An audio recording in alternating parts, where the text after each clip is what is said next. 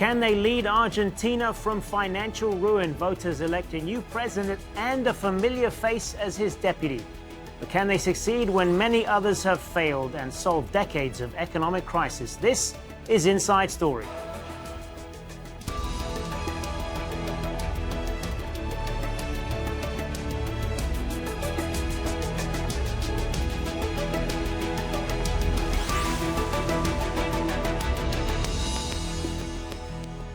Hello and welcome to the program. I'm Hazem, Sika. Argentines have voted overwhelmingly for change and are looking to Alberto Fernandez to steer them out of a crippling economic crisis. The presidential election result there marks a shift back to left-wing politics in South America, following right-wing victories in Brazil, Colombia and Chile. Argentines rejected the austerity measures of President Mauricio Macri. His conservative policies failed to stop the slide towards another massive bailout from the International Monetary Fund. With former leader Cristina Fernandez de Kirchner running alongside him as vice president, the new leader also seems to offer Argentines a return to the past. We'll hear more about their challenges ahead, but first, Teresa Bo reports from Buenos Aires. A party in Buenos Aires to celebrate the victory of Alberto Fernandez and the defeat of President Mauricio Macri. Olga Centurión says she is proud of the results. All my life I have been fighting for social justice, and the past 4 years have been torture for me. Seeing how the economic situation deteriorated because of Macri, now I can be proud of being Argentinian again.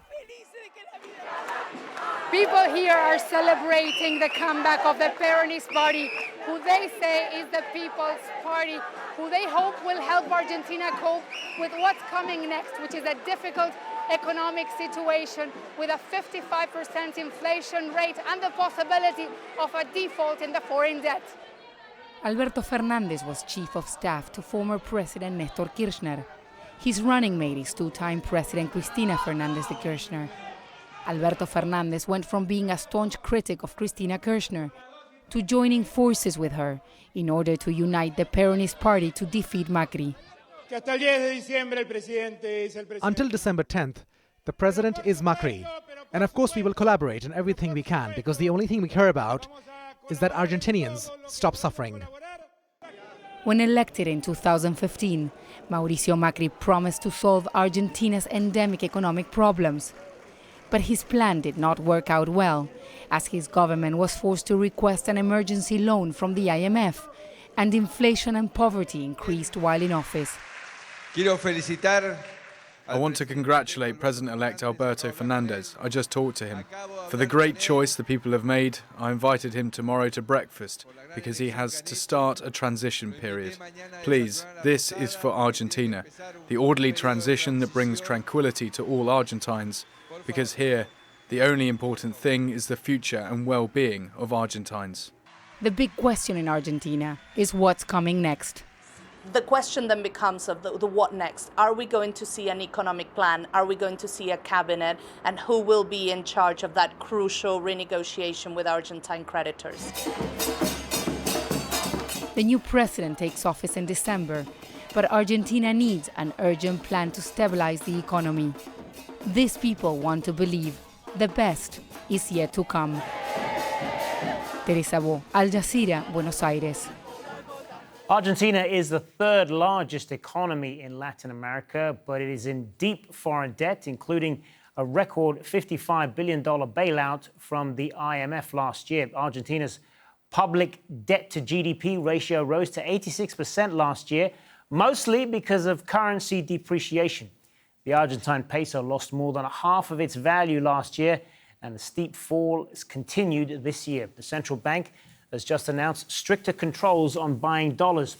The inflation rate is one of the highest in the world at around 55%. Around a third of Argentina's 45 million people are classed as poor. The official unemployment rate is 10%, but the unofficial rate is thought to be much higher.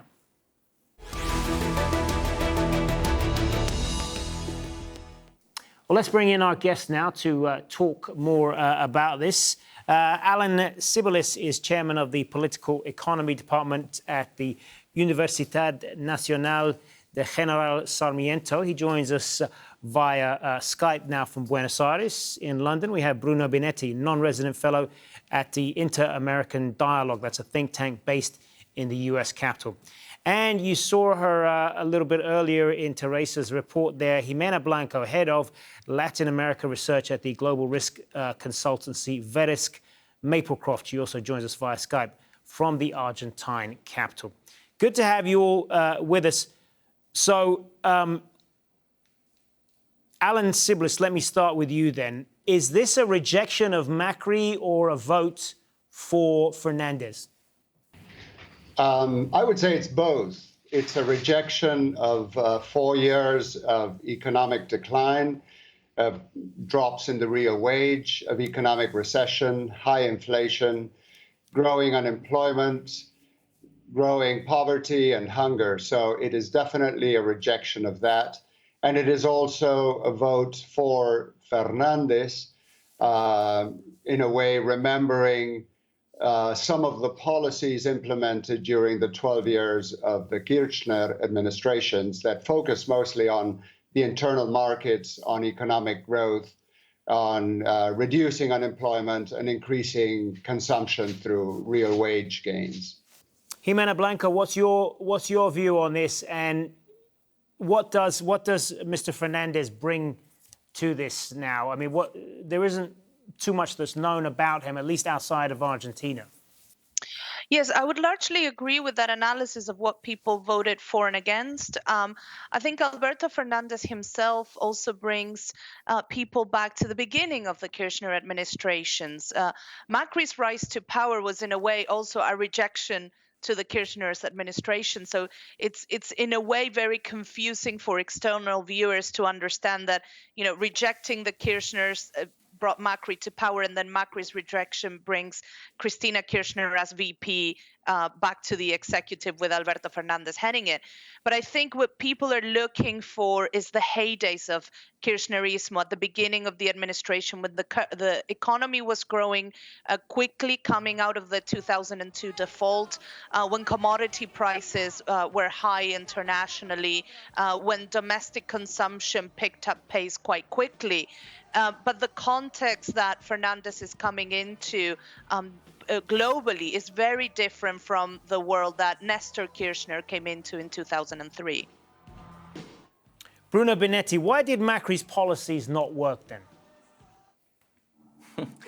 That's what everyone is trying to understand. There was a combination of things. There was exceedingly confidence in that the fact that Macri had won would immediately bring foreign investment to the country. That didn't happen, and the capitals that did enter were mostly short-term capitals that fled as soon as conditions changed.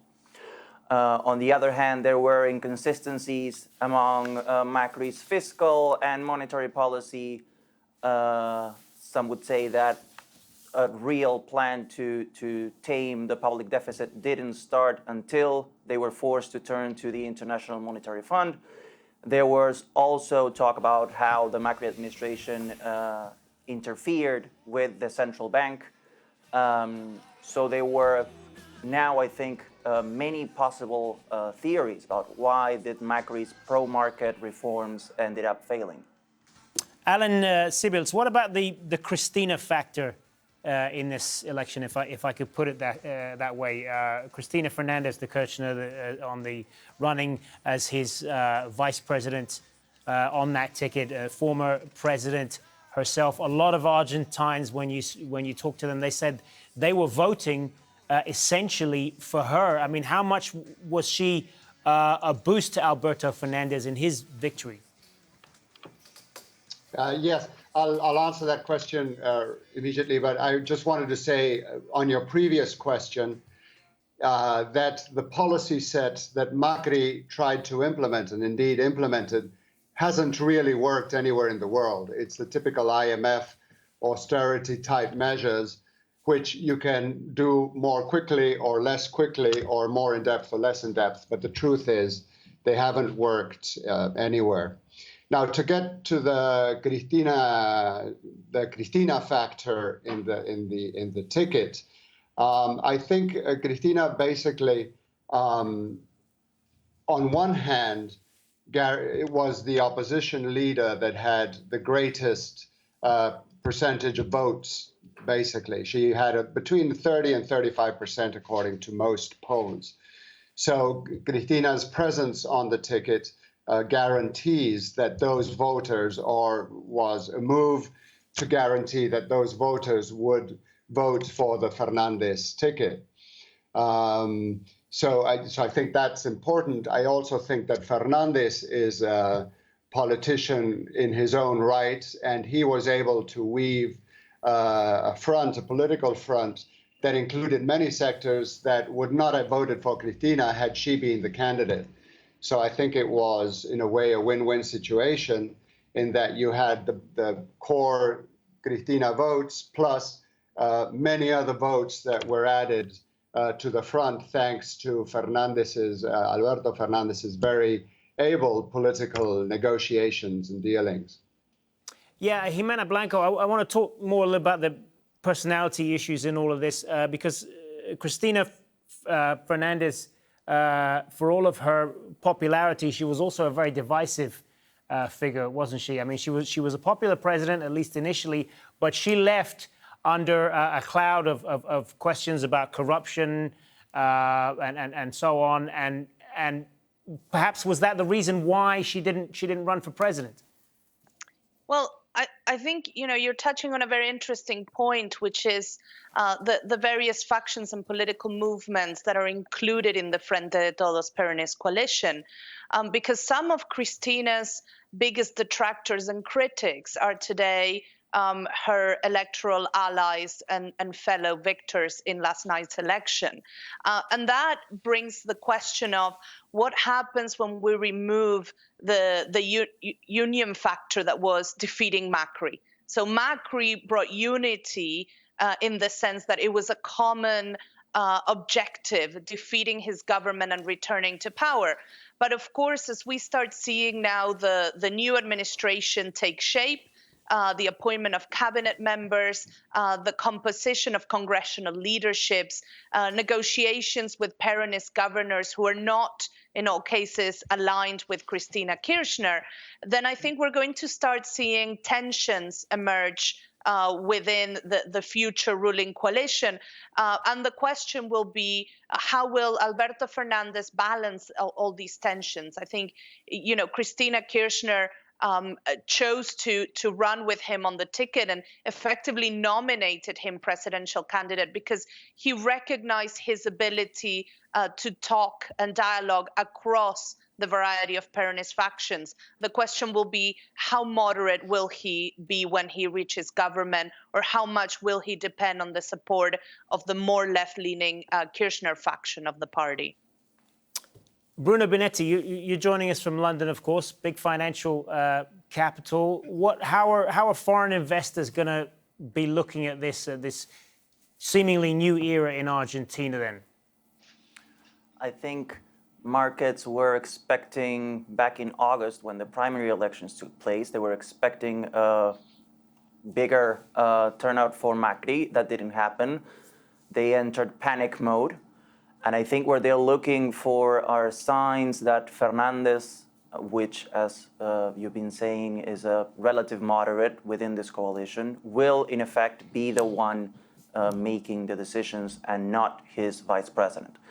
I think they're going to be looking at who is Fernandez appointing as Ministry of the Treasury, of course, what his approach is going to be like regarding the renegotiation of the foreign debt, whether he accepts that the conditions of the economy will largely dictate policies that might not be that different from those Macri has been implementing. So I think they will start looking for signs of moderation in Fernandez and signs that he has, in effect, a well-thought economic plan to tackle this crisis. Well, let's talk a little bit more about those economic plans then, in as much as we know about them. Alan Cibils, we haven't heard much in the way of specific proposals from Alberto Fernandez about what he would do differently. What does he need to do, in your view, to get Argentina out of this economic crisis? Yes, he has made some sort of very broad proposals during the campaign, for example, to help retired people whose retired pensions have really dropped very substantially during the Macri years, both due to very high inflation and increasing costs, and also due to pension repression, if you will, through the state policy. So I think there will be policies aimed at boosting both pensions, and also access to medicine has been another, for retired people, has been another factor. Also to those, to the poorest of the poor who receive a sort of basic income type subsidy, I believe those will be increasing as well. On one of the main restrictions probably to the Macri administration is the huge public debt that Macri leaves. He basically doubled it in 4 years. Part of that debt is with the IMF, that of course always imposes these restrictions that we all know about. We've seen it in Greece, we've seen it in Argentina before, we've seen it in Ecuador, etc. So those negotiations, I think, are going to be key to maybe be able to push out into the future to restructure with a longer payment schedule. I don't anticipate too many problems with private creditors, even though I think that will be a complicated negotiation. I think the most difficult negotiation will be with the IMF. And then there are policies that need to happen to get the domestic market functioning again. Argentina is in a deep recession with high unemployment, very high poverty rates, hunger. And so what needs to happen is the economy needs to start working again. And finally, what also needs to happen is Argentina needs to engage in long-term, at least medium to long-term policy, structural changes to promote export sectors that generate exports with higher value added. And that is another thing that Macri's economists have been talking about. So I think it is a multi-pronged approach that has hunger and economic recession, domestic recession, and the external debt as probably the main immediate aspects. But of course, there are also sort of more medium and long-term aspects as well that they have talked about and been looking at. Jimena Blanca, what's your perspective then on what the new government needs to do to steer Argentina out of this economic crisis? Well, I think, you know, the first part is obviously the renegotiation of the debt, largely because a large chunk of Argentina's foreign debt is due, the service payments are due in 2020. So if we take roughly a ballpark figure of $100 billion of debt, 29 billion of that falls to you next year. And there's a crunch point coming up in March. So the clock is ticking. The good news for markets and for investors is that having a result in the first round makes the transition longer. And so it already, you know, it ends the electoral period. It gives the new administration the chance to start working right away. So we'll have to wait and see, you know, what the economic team proposes and how it tackles this negotiation.